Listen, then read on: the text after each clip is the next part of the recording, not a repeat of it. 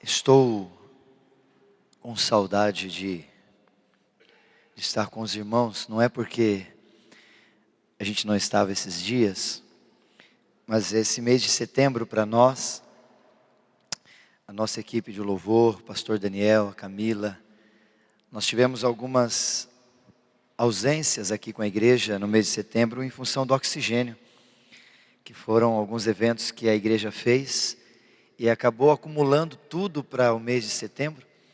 E nós tivemos que participar de vários. A nossa voz está um pouco cansada porque hoje foi o último aqui em Sorocaba que nós participamos desde sexta, sábado, o dia inteiro.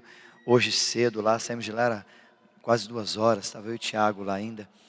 E o Kelvin ainda, né, que a sua mãe foi buscar ele lá. Então nós estamos nessa atividade de oxigênio e semana que vem ainda tem mais uma para fechar o mês com chave de ouro, né? Acampa dentro com os adolescentes. Depois a gente fala sobre isso. Mas estamos muito felizes porque é gostoso voltar à nossa casa, é gostoso voltar e rever os irmãos, e além de revê-los, poder ver alguns que são novos, alguns que estão chegando que a gente não conhece, não é porque a gente não os vê ou não está junto, mas porque são visitantes mesmos. E nós queremos nos alegrar também com a tua presença aqui na nossa casa. Livro de Atos, se você puder abrir a sua Bíblia. Esse mês nós estamos falando sobre uma igreja acolhedora. E eu queria lhe desafiar nesta noite. No livro de Atos nós vamos ler vários textos. Fique com a sua Bíblia ou engatilhe a sua Bíblia no seu mecanismo de internet aí, de tecnologia, seu smart, seu telefone, não sei o que você usa. Mas eu desafio você a trazer a Bíblia para a igreja. Traga a Bíblia, traga papel, traga isso aqui, é muito bom. Você risca, você lembra, você memoriza. Eu sempre brinco com os jovens que se você pedir alguns textos que eu gosto muito, eu vou dizer na minha Bíblia onde eles estão, que lado que eles estão, em qual palavra que eles estão riscados. Por causa a ação comum que eu e você temos, alguns mais ou menos, fotomemória, né? A gente registra e fala, eu já sei onde está aquele texto, do lado direito, em cima, tá? Então você acha rapidinho. Garanto para você que no seu celular a única coisa que você vai conseguir é digitar lá e achar rapidinho, no seu aplicativo. Mas aí é fácil, né? Aí até a B faz, né, Camila? Aí até a B coloca ali, né? Agora, fazer isso aqui, ó, o barulhinho, ó. Ah, isso aqui, segundo alguns mais antigos iguais a mim, isso não tem preço, né? Ó. O barulhinho da página vale tudo. Atos capítulo 2. Eu quero ler contigo melhor, o capítulo 2, versículo 42 em diante. Onde nós vamos ver um pouquinho a despeito dos cristãos da antiguidade, ou como é chamado no título, os primeiros cristãos, e eu queria convidá-lo a partir do versículo 42, livro de Atos, capítulo 2, a partir do versículo 42, perseveravam na doutrina dos apóstolos, na comunhão, no partir do pão e nas orações, em cada alma havia temor, e muitos prodígios e sinais eram feitos por intermédio dos apóstolos. Todos os que creram estavam juntos e tinham tudo em comum. Vendiam as suas propriedades e bens, distribuindo o produto entre todos à medida que alguém tinha necessidade. Diariamente perseveravam unânimes no templo, partiam o pão de casa em casa, e tomavam as suas refeições com alegria e singeleza de coração, louvando a Deus e contando com a simpatia de todo o povo.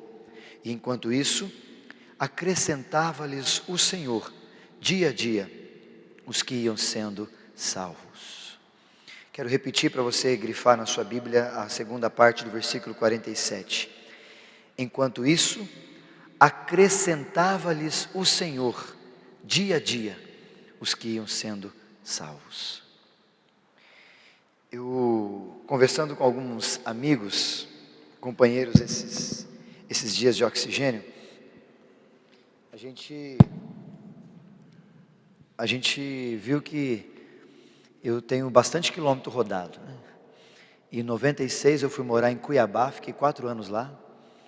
Nesse meio dos 4 anos fizemos algumas atividades fora, na Colômbia, na Bolívia, algumas coisas assim, meio missão, urbana, missão transcultural e até missão indígena, numa tribo indígena em Pacarana, lá no norte mesmo, perto de Rondônia ali, indo para o Acre.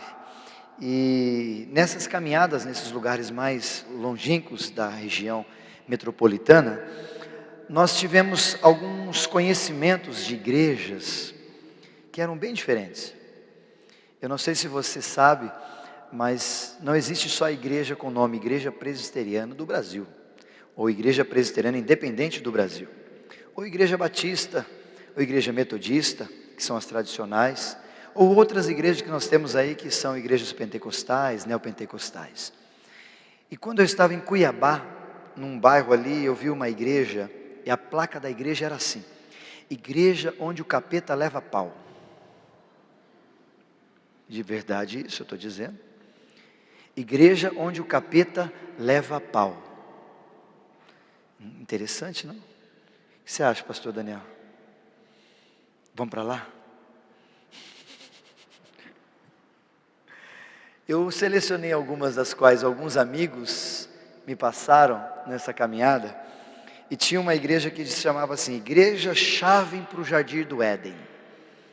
Só que ela é a chave para o Jardim do Éden, né? Então quem quiser voltar para o Jardim do Éden, a igreja é essa, não tem outra.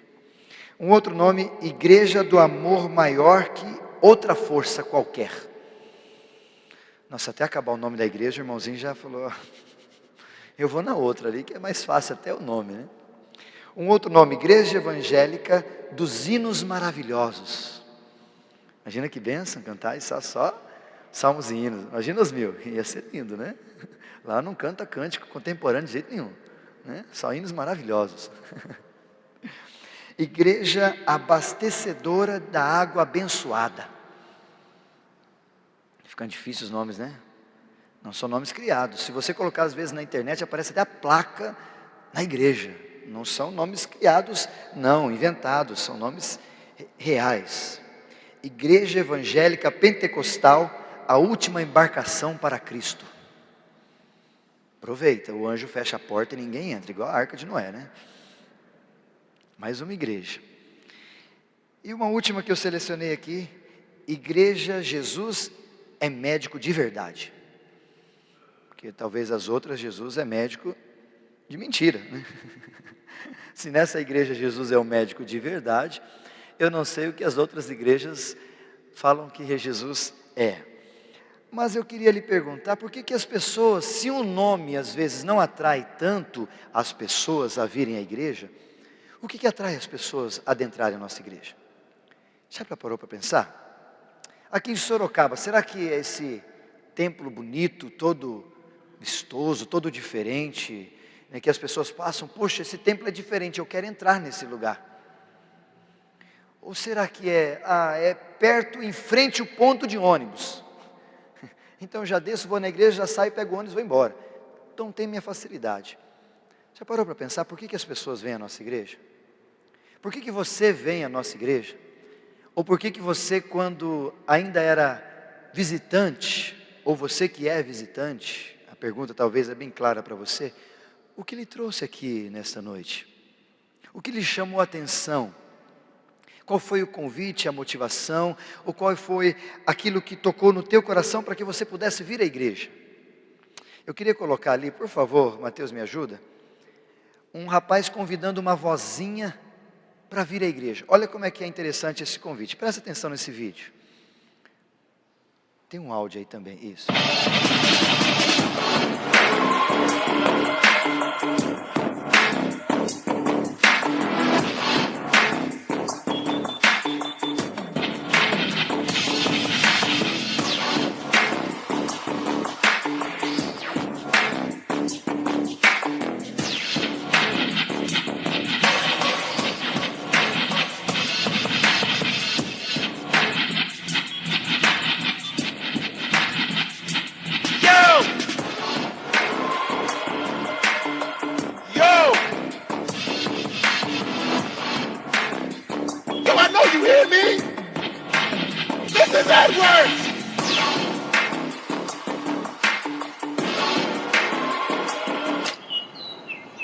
What do you want? Edwards, I know I ask you this like every week, but would you like to ride to church with me? Oh, come on, Mrs. Edwards, you're like my church. We have some hot music. It may not be what you're bumping at all, but it's hot. We get down. What do you say, Mrs. Edwards? Oh, I suppose.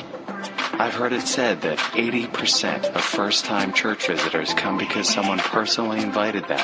All people need to feel loved and wanted, and for some people, it just takes having someone offer to give them a ride to church. We have something great going on at this church. People's lives are being transformed by God's love. Your homework this week is to find at least one person who could use a little more of that love and invite them to come with you next week. Trust me, it's worth the extra effort. Mrs. Edwards, you want to listen to some music on the way? Go ahead, your choice.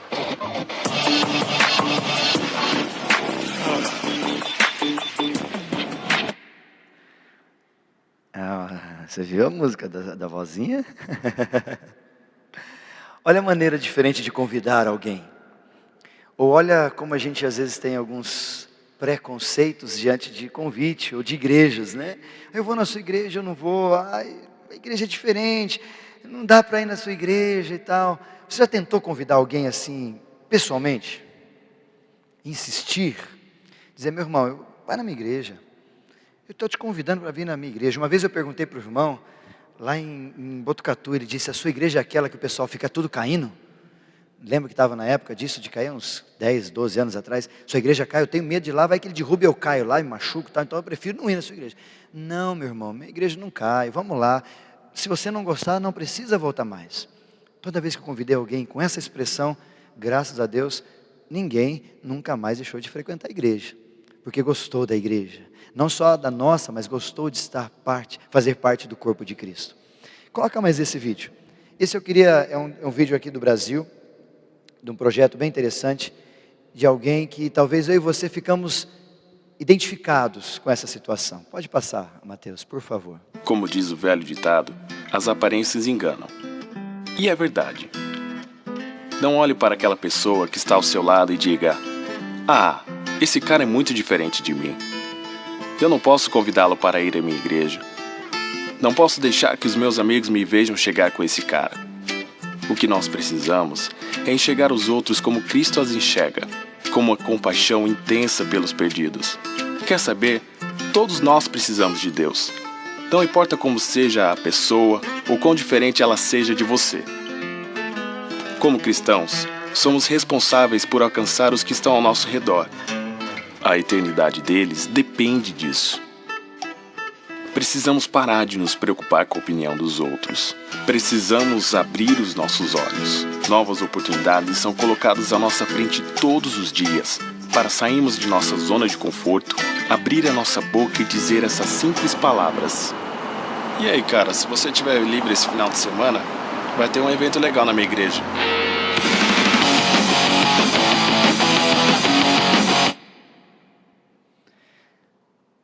Também achamos diferente, né? Também pensávamos que o convite era do outro. A pergunta que eu queria que você tentasse responder comigo, nesse nosso momento de reflexão, é talvez no teu coração, quando você convida alguém para vir aqui, o que você gostaria que ela encontrasse? Quando você convida alguém da tua família, do teu bairro, do teu prédio, do teu condomínio ou do teu trabalho, o que você gostaria que eles encontrassem aqui? Até porque você um dia encontrou algo aqui, ou veio por impulso de alguém, né? Te impulsionei a ir à igreja. Ou como você veio, o que você encontrou neste lugar? Tenho por mim, a palavra de Deus nos dá toda essa possibilidade, de que a igreja de Deus, ela é uma família, e ela é a menina dos olhos de Deus. Além de menina dos olhos de Deus, a igreja é a noiva do Cordeiro, é a agente do reino, é o corpo de Cristo. Só que a igreja está passando por algumas dificuldades. Nos Estados Unidos, alguns anos atrás, foi feita uma pesquisa, e nessa pesquisa nos Estados Unidos, alguns dados muito interessantes que eu queria compartilhar com você. O primeiro dado que essa pesquisa nos deu é que 60% das pessoas dos Estados Unidos nunca levaram ninguém para a igreja. 60% dos membros da igreja nunca levaram ninguém para a igreja. Se fosse feito aqui na nossa igreja em Sorocaba, você estaria nesse 60%. Esse dado também diz que 22% apenas haviam falado de Jesus para alguém. Não convidado, mas falado de Jesus para alguém. Apenas 22% da igreja protestante tradicional dos Estados Unidos, entre ali, presbiteriana, metodista, batista, tinham falado de Jesus para alguém. 22%. E 12% apenas trouxeram alguém para a igreja. E quando foi feita uma outra pergunta, como as pessoas chegaram à igreja, mais de 60% vieram a convite de ninguém. Vieram porque vieram. Vieram porque de repente apareceu, ou alguma coisa os convidou, ou de repente, como você pode concordar comigo, porque o próprio Deus os chamou, os desafiou, e eles vieram à igreja. Talvez aqui na nossa igreja em Sorocaba, tem algumas pessoas que não foram convidadas por você, não vieram ao convite da liderança, mas estão aqui. Quem os convidou? Quem os trouxe aqui? Essa pergunta é bem interessante da gente tentar responder, porque se por um lado, muitas pessoas no Brasil, a MCI diz isso, a média de 60% a 70% das pessoas que vêm à igreja, elas vêm por causa de amizade, de amigos que convidam, que fazem esse tete a tete que nós vimos aqui, que chamam, que têm um tempo para trazer as pessoas. Por outro lado, muitas pessoas estão adentrando as igrejas simplesmente pelo fato de virem. A grande pergunta é, quem traz essas pessoas para a igreja? Já parou para perguntar isso? Quem traz essas pessoas para a igreja? O texto que nós lemos responde isso. Se você se atentou ao texto que a gente leu, quando no versículo 47 do capítulo 2 do livro de Atos diz, acrescentava o Senhor dia a dia os que iam sendo salvos. Tem alguns irmãos aqui que quem trouxe foi o Senhor. Tem alguns irmãos aqui que ele veio por insistência porque Deus colocou no coração dele. Tem alguns irmãos aqui que eu não conheço, você não conhece, ninguém convidou ninguém, mas Deus os trouxe aqui. E eu queria lhe ajudar a decifrar um pouquinho sobre essa pergunta, tentando responder uma outra pergunta. E essa pergunta que eu queria que você anotasse, você dos pequenos grupos, para passar para a sua galera nessa semana, é essa. Como que eu posso ser uma igreja que o Senhor acrescenta dia a dia os que vão sendo salvos? Porque eu queria que você, no final, tentasse responder também essa pergunta. Se você fosse Deus, seja bem honesto, vamos pensar aqui. Você mandaria os teus eleitos, os teus servos, os que estavam sendo salvos, para a primeira IPI de Sorocaba? Você conhecendo a realidade da IPI de Sorocaba, você mandaria para cá? Você mandaria para a segunda IPI, ou você mandaria para a igreja do lado, ou você não mandaria para nenhuma igreja de Sorocaba? Você dizia, se você fosse Deus, filho, você me aceitou, agora, mas já eu te mando o endereço da igreja, porque eu preciso achar uma igreja para você, porque está difícil de achar uma igreja onde eu posso te deixar e ficar tranquilo. Você mandaria pessoas para cá? Você conduziria pessoas para este lugar? E eu queria lhe desafiar, livro de Romanos, vai com a sua Bíblia lá, Romanos capítulo de número 15.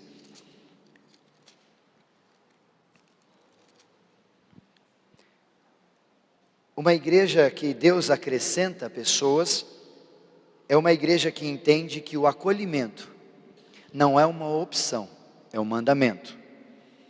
Vou repetir, uma igreja que o Senhor acrescenta dia a dia os que vão sendo salvos, é uma igreja que entende que acolhimento não é uma opção, é um mandamento.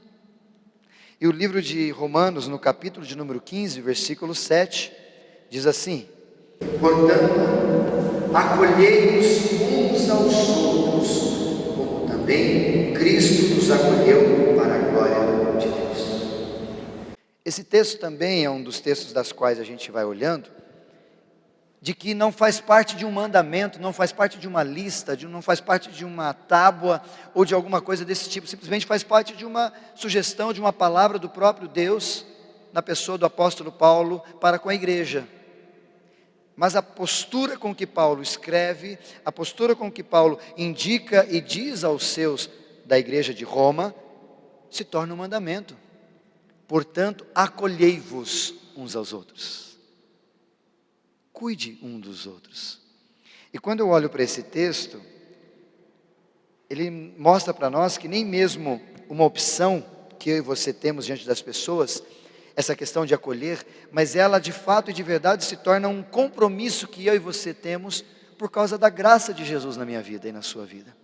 Eu recebi Jesus, eu sou agraciado por Deus e como fruto dessa graça de Deus, eu tenho facilidade, ou eu tenho privilégio, ou compromisso de acolher as pessoas que vêm à nossa igreja. E uma igreja acolhedora é aquela que estende a mão e não aponta o dedo para as pessoas. Uma igreja acolhedora, ela valoriza a diversidade sem abrir mão da unidade. Uma igreja acolhedora, ela estimula a mutualidade nos relacionamentos, respeitando sempre a privacidade e a intimidade de cada um dos seus membros. Uma igreja acolhedora propicia o desenvolvimento da afetividade saudável, sem promover a emotividade fútil. Uma igreja acolhedora tem uma ambiência de paz, na qual o perdão pode ser plantado, cultivado, para frutificar a restauração. Isso é uma igreja acolhedora.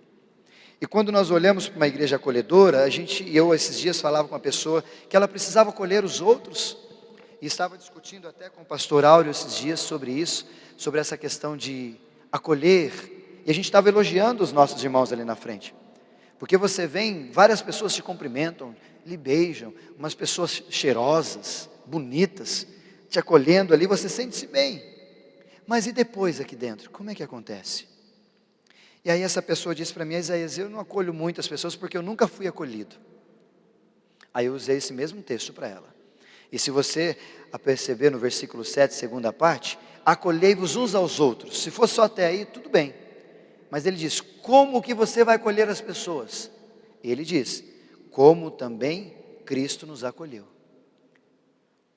Aí responde muitas das nossas perguntas do tipo, Isaías, mas eu não sei como fazer. Faça como Jesus. Isaías, mas eu nunca fui acolhido. Mas acolha, porque Jesus muitas vezes também não foi acolhido. Jesus também foi maltratado. Jesus também teve alguns momentos que eu e você talvez tenhamos, que entramos na igreja, ninguém nos viu, ninguém falou com a gente, nós vamos embora, e o que aconteceu? Membros invisíveis. Mas a referência para eu e você acolher as pessoas é Jesus. Então não fica preocupado se você foi ou não acolhido. Mas eu estou aqui faz 2 anos, 5 anos e ninguém sequer veio falar comigo. Vá você então, tome atitude, olhe para Jesus e a partir de Cristo, vá você conversar com o seu irmãozinho. E essa pessoa que eu conversava, ele disse para mim, faz sentido, porque eu estou num banco e faz acho que uns 6 meses que eu sento no banco e uma pessoa senta no mesmo banco que eu nem cheguei a falar um oi para ela até hoje, porque ela não veio falar comigo. Aí eu disse para ela, espero que logo você tenha um discernimento e vá você falar com ela. E esse é o desafio para vocês. Dá uma olhada quem está ao teu lado, vê se ele é da igreja ou não. Não espera para ele não. Não espera o visitante chegar, meu irmão, eu sou visitante, me dá um abraço aqui. Imagina que legal que seria, mas não espera não, meu irmão. Nós temos que fazer isso porque Jesus já nos ensinou como se faz. A segunda coisa que eu queria que você pensasse, é que a igreja da qual Deus acrescenta dia a dia os que vão sendo salvos, é uma igreja que entende que a rejeição a outras pessoas é pecado. Pesado isso também, não? Além de você ter o mandamento de acolher as pessoas, a rejeição às pessoas, se você aceitou Jesus como Senhor e Salvador, sinto muito em te dizer, é pecado. Abra sua Bíblia lá no livro de 1 João, vamos lá, vamos ver esse texto, para que você compreenda. 1 João, lá no finalzinho, antes de Apocalipse, primeira epístola de João, no capítulo de número 4.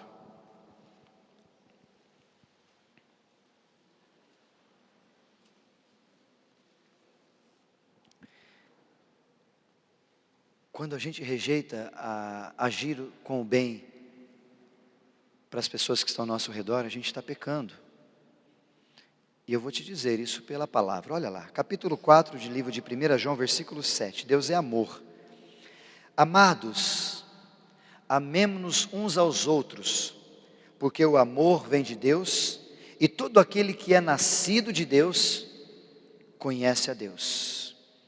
Aquele que não ama, não conhece a Deus, porque Deus é amor. E nisso se manifestou o amor de Deus em nós, e em favor de Deus, enviando o seu Filho unigênito ao mundo, para vivermos por meio dele. E nisto consiste o amor, olha aí, não em que nós tenhamos amado a Deus, mas em que Ele nos amou e enviou o seu Filho como propiciação pelos nossos pecados. Amados, se Deus de tal maneira nos amou, devemos nós também amar uns aos outros. Vou descer um pouquinho o texto, versículo de número 19. Nós amamos porque Ele nos amou primeiro, versículo 20. Se alguém disser, eu amo a Deus, e odiar o seu irmão, numa outra tradução, rejeitar o seu irmão, que é uma consequência do ódio. Nós odiamos, ficamos irados e desprezamos, rejeitamos. Olha o que ele diz, é mentiroso. Pois aquele que não ama o seu irmão a quem vê, não pode amar a Deus a quem não vê. Ora, temos da parte dele este mandamento, que aquele que ama a Deus, ame também ao seu irmão. Viu que simples? Não é suficiente? Mateus capítulo 25. Esse texto, a partir do versículo de número 31 até o 46, ele vai falar do grande julgamento. Se você quiser acompanhar abrindo aí, não tem problema. Capítulo 25 do livro de Mateus, sobre o grande julgamento. E Jesus diz, foi mencionado esses dias pelo pastor Daniel aqui, que Deus vai colocar os cabritos a um lado e as ovelhas do outro, lembram disso?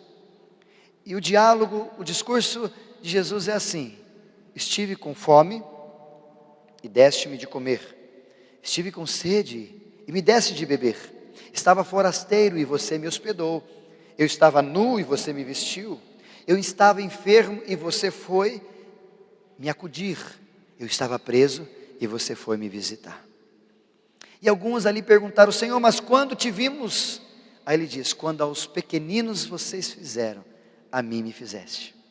E ao outro lado ele faz a mesma narrativa, e o pessoal diz, mas Senhor, quando te vimos assim? Por que nós não fizemos? Aí o versículo de número 45, digo-lhes a verdade, o que vocês deixaram de fazer a qualquer um desses pequeninos, a mim deixaram de fazer. Então, quando nós não acolhemos as pessoas, nós deixamos de acolher o nosso próprio Deus, manifestado num indivíduo que está ao teu lado. Ou talvez numa expressão do Novo Testamento, pode até ser um anjo perto de você, e você deixou de acolhê-lo. Isso é pecado. Porque eu e você somos frutos da graça, do amor de Deus, e nós precisamos entender que cada dia eu e você precisamos melhorar isso na nossa vida e acolher as pessoas. Porque se elas não forem acolhidas na igreja, onde você acha que elas serão acolhidas? Posso te dizer 2 lugares apenas: nas drogas e na prostituição. Os filhos vão ser acolhidos ali. E se nós não acolhemos nossos filhos, ou as pessoas que estão chegando aqui na igreja, que outro lugar eles vão ter esperança de serem acolhidos ou amados por alguém? Se nós aqui pregamos a verdade e a esperança de Cristo.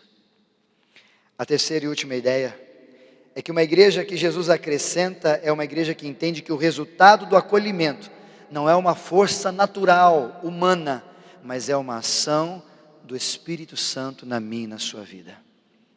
Livro de Gálatas capítulo 5, volta um pouquinho a sua Bíblia. Gálatas capítulo 5. Nós temos nesse texto, a partir do versículo de número 19, as obras da carne, 20, 21, e no 22, o fruto do Espírito. Eu quero trazer você a refletir nesse último momento sobre essa questão, porque a gente fica, Isaías, mas eu não consigo acolher. Isaías, mas eu não tenho força, eu não sei fazer isso. Tem gente que é simpático por natureza, exagerado, inclusive igual a mim, vive sorrindo. Eu tenho uma foto, não está no Face, mas no acampamento, tiraram uma foto de mim, dormindo assim, eu estava assim, ó. Aí as pessoas colocaram, na época era até Orkut ainda, até dormindo não para de dar risada, né? Porque é meu estilo, eu vivo dando risada, eu acho que eu tenho uns dentes bonitos, quero mostrar para todo mundo, né? Mas não é isso, eu vivo, é meu estilo. Mas tem gente que não tem tanto estilo de sorrir demais assim como eu. Mas aí eu queria dizer para você que o acolhimento, o agir, não está por causa do sorriso, não é isso. É pelo toque, é pelo amor, é pela bondade, é pelo olhar, é pela benignidade. E aí que entra a ação de Deus na minha e na sua vida. Porque se dependesse só de mim e de você, naturalmente, nós não seríamos acolhedores. Mas quando nós olhamos para o fruto do Espírito Santo de Deus, que reside em você e em mim, aí nós temos que pensar um pouquinho mais. No fruto da carne, melhor dizendo, os pecados são ali divididos. Nós temos ali pecado contra o próprio corpo, pecado contra Deus, contra o próximo, contra exagero, e ele faz algumas divisões. No fruto do Espírito também está todo desenvolvido a caráter do cristão. E alguns deles está com relação ao outro. Como, por exemplo, eu quero lhe dar aqui, longanimidade. O que é longanimidade? Longanimidade nada mais é do que um caráter de paciência cristã relacionado às pessoas que te tiram do sério. Olha aí. Às vezes, mas eu não tenho isso. Então, meu irmão, se você tem o Espírito Santo de Deus, você precisa liberar um pouquinho mais, que o Espírito Santo tenha essa ação na sua vida, porque é o fruto. E abrindo um parênteses, as pessoas às vezes chamam frutos do Espírito, mas o texto é muito claro, mas o fruto do Espírito eu costumo dizer que o fruto é uma mexerica, com 9 gomos, e cada um desses gomos, juntos, formam o fruto do Espírito. Tem alguns que tem um pouquinho mais de gomo, né? Tem um gomo mais do amor, da alegria, e desse tamanho é o gomo da paciência, né? Desse tamanho é o gomo do domínio próprio. Tem outros que o gomo do domínio próprio é gigante, mas da alegria, da paz, da fidelidade é pequenininho. O que é fato é que eu e você, quando recebemos o Senhor Jesus como Senhor e Salvador, tornamos-nos morada do Espírito, templo do Espírito Santo. Mas a questão é, por que eu e você não deixamos expelir esse fruto do Espírito? Por que eu e você às vezes sucumbimos por causa da nossa carne, que é mencionado em alguns versículos anteriores, mas o fruto do Espírito, que é amor, paz, alegria, longanimidade, benignidade, bondade, fidelidade, mansidão e domínio próprio, não são tão comuns no meio da sociedade.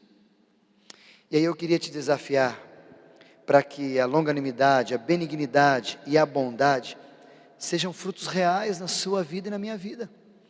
A minha oração é que eu e você peçamos a Deus: Senhor, me ajude a ser acolhedor, me ajude a ser bondoso com as pessoas ao meu redor. Muda, se for preciso, o meu caráter, o meu estilo, o meu jeito de ser, para que alguém, quando sentar ao meu lado, eu possa ter uma facilidade ou uma ação do Espírito Santo de Deus, um milagre dos céus, e dizer: meu irmão, obrigado porque você veio aqui com a gente hoje. É tão bom te ver aqui. E eu quero encerrar dizendo para você, no texto que nós lemos, de Atos capítulo 2, que aquele estilo era o estilo das pessoas que contavam com a simpatia de todo o povo, e acrescentava o Senhor os que iam sendo salvos. Livro de Jeremias, capítulo 23, versículo 3, diz assim: e o mesmo recolherei o restante das minhas ovelhas de todas as terras para onde as tiver afugentado, e as farei voltar aos seus apriscos, ali elas frutificarão e multiplicarão. É Deus que traz, é Deus que coloca. Mas e aí, se Deus colocar aqui um irmãozinho, qual é o meu e o seu compromisso diante disso? Hoje eu quero que você vá para casa, refletindo nisso. Como eu posso fazer com que essa pessoa que veio hoje, talvez uma única vez na minha igreja, possa ser eterno na minha igreja, possa se converter aqui, ou se já é convertido, ser membro da nossa igreja, ocupar ministérios, ser o próximo diácono, o próximo presbítero, o próximo líder, o próximo pastor, eu não sei o quê. Mas o que eu e você precisamos entender, e eu queria desafiar você a isso, é que quando alguém nos está ao nosso lado, é uma oportunidade que Deus está dando à igreja, da gente abraçá-los, da gente acolhê-los.